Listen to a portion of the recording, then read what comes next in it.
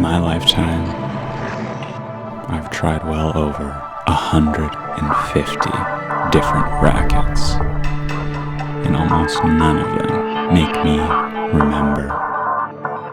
Most of them just make me want to forget. Some say racketholism is a curse, and I'd agree. There's only one cure.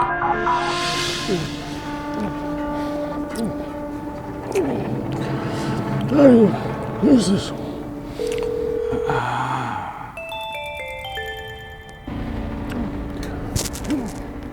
Hello? Simon, hello. You don't happen to still have that Pure Arrow original Pro Drive, do you? No. You know I cracked that frame years ago. Plus, it's from the pre-Paradigm era. That racket's contraband.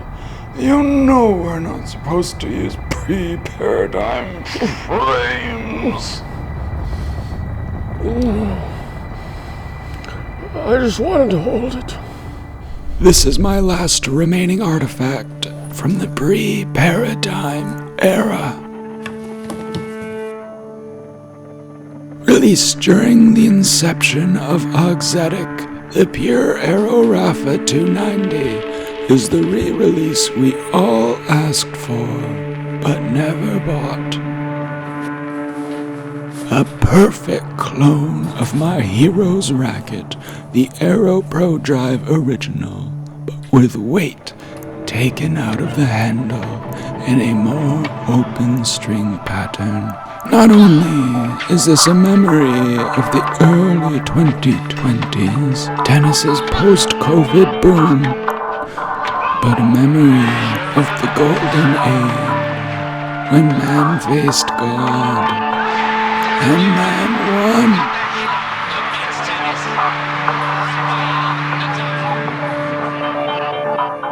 Protect this racket with your life, and you will protect your humanity.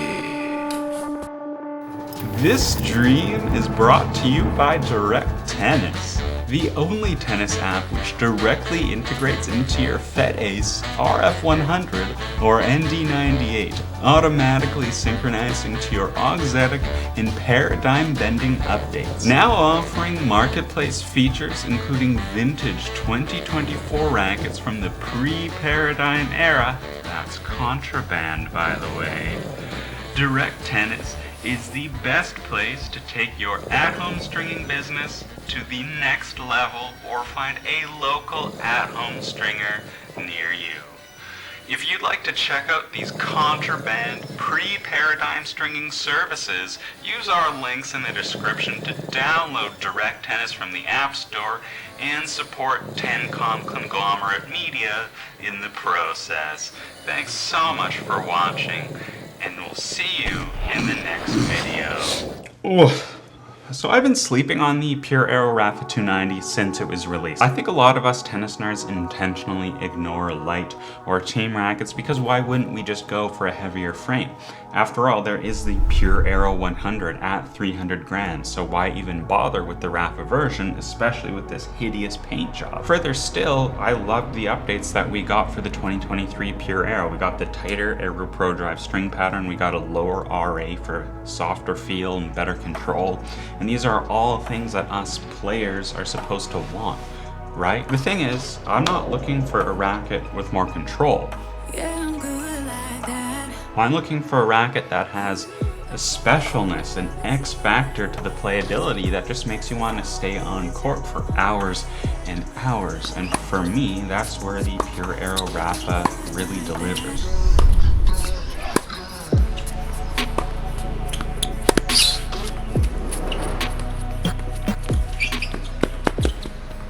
So zooming out, like the whole point of racketholism is to reignite the spark, to experience the honeymoon phase of a racket you fell in love with over and over. But with so many rackets falling short, too muted, too floppy, too launchy, too slow, it's all about remembering where that spark first glimmered. First it was Spider-Man, then it was Batman, and then it was Rafael Nadal, my hero. The first man to crack the greatest player of all time. The man who clawed his way to the top of the game with more grit and determination and sheer force of will than we've ever seen.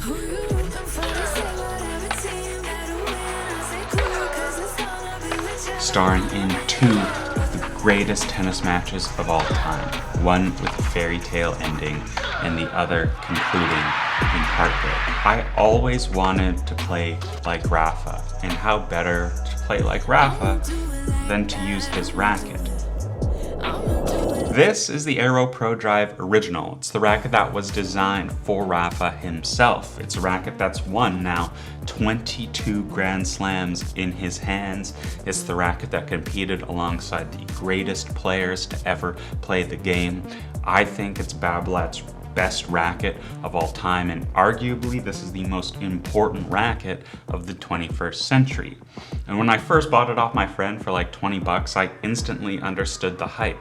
No Babolat I've ever tried has ever felt quite like this one. Every Pure Drive, every Pure Aero since the originals to me have felt plasticky, a bit hollow, and generally just too muted. But the Aero Pro Drive Original feels solid. It's firm, it's connected, and it's pretty raw. This has a special feel to the layup that no other 100 score inch tweener frame has been able to replicate. And beyond that, nothing quite swings like this original does. It's so fast through the air, and it plows through the ball like an absolute freight train. The tip awareness on the original blows every other 100 score inch racket I've ever tried out of the water. Now personally, I've added 12 grams to the tip under the bumper here and 5 grams into the butt cap. And these mods are basically just following the Tennis Nerd instructions for how Rafa customizes his own rackets. And insanely, these mods actually yield almost a perfectly matched spec to the Rafa Origin I got my hands on, which is Babolat's retail version of this, but this you could actually buy today. Now I've heard that the layup between these two frames is supposed to be pretty close. I never really seen any back-to-back comparisons. So here we've got my Aero Pro Drive Original versus the new Origin to see how they compare in a back-to-back hit. Now up close there are definitely some minor differences. The woofer grommets in the throat are not quite the same, the drill pattern is a little bit different, but on court the feel, it's almost identical.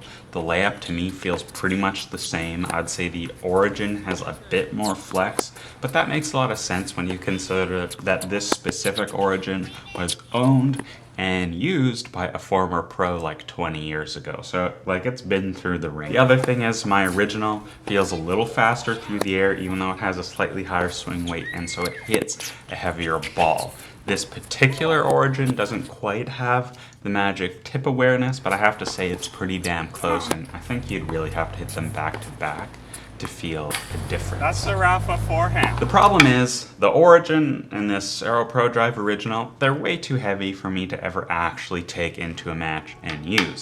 And that's where the 290 comes in. So hilariously, my 290 came in insanely over spec, legitimately head heavy, and with a 338 strung swing weight. I have to say I instantly fell in love. I've never experienced a faster swinging 338 swing weight than this bad boy, which makes sense because the static weight was probably the lowest 338 I've ever experienced. And the racket head speed that I can find with that kind of spec just takes my forehand to a whole new level. The spin I can generate off every shot gives me so much margin and creativity that I haven't even wanted to test any new rackets. And the hitting feel is pretty much the same as the hitting feel I love so much on the Aero Original. And compared to the standard Aero 100, which I stole from a friend for a couple of hours during a hit, that thing is so muted, it's so clunky and disconnected. I can't even believe that these Rafa versions are in the same family of racket as the standard Pure Aero. Now my major concern with the 290 was this more open string pattern. I thought, That Pure Arrow string pattern that we've had in the last couple generations of Pure Arrows, I never liked it. I felt like the control wasn't great. And undoubtedly, it's not the best. Like, it's definitely not even close to my 1820 Whiteout. And with round strings, it's surprisingly worse. Like, there's just not enough friction between the strings and the balls because there's not that much string to grab onto the ball. This results in pretty poor spin and subpar directional control for sure, but thankfully I found that issue was mostly solved going to a shape string. Oddly, I can happily use sync in almost every other racket, like the normal Aero Pro Drive, the Origin, the Strike 98, and even the Aero 98 without having that issue, but I did have it here, so I just wanted to mention. So the best string setup I've tried so far in the Rapha has been the new Toro line Otoro. I've been lucky enough to try this black version. The normal version is green. I really like this black version. Everyone emailed Toro line and asked them for this black version. It's a little firmer, a little crisper. Full review on this and the retail green version should be out next week. I have a lot of things to say about this string. I'm very impressed with it. I've been putting it in absolutely everything, and I have some thoughts that I don't think have quite been covered by the existing reviews so far. In the meantime, I'm just gonna keep on hitting with my favorite racket in the world right now, the Pure Arrow Rapha 290. Let me know if you want to see a more in-depth review. I've done some serious customizations to this thing that I love to talk more about. We'll see ya in the next one, and don't forget to play some tennis.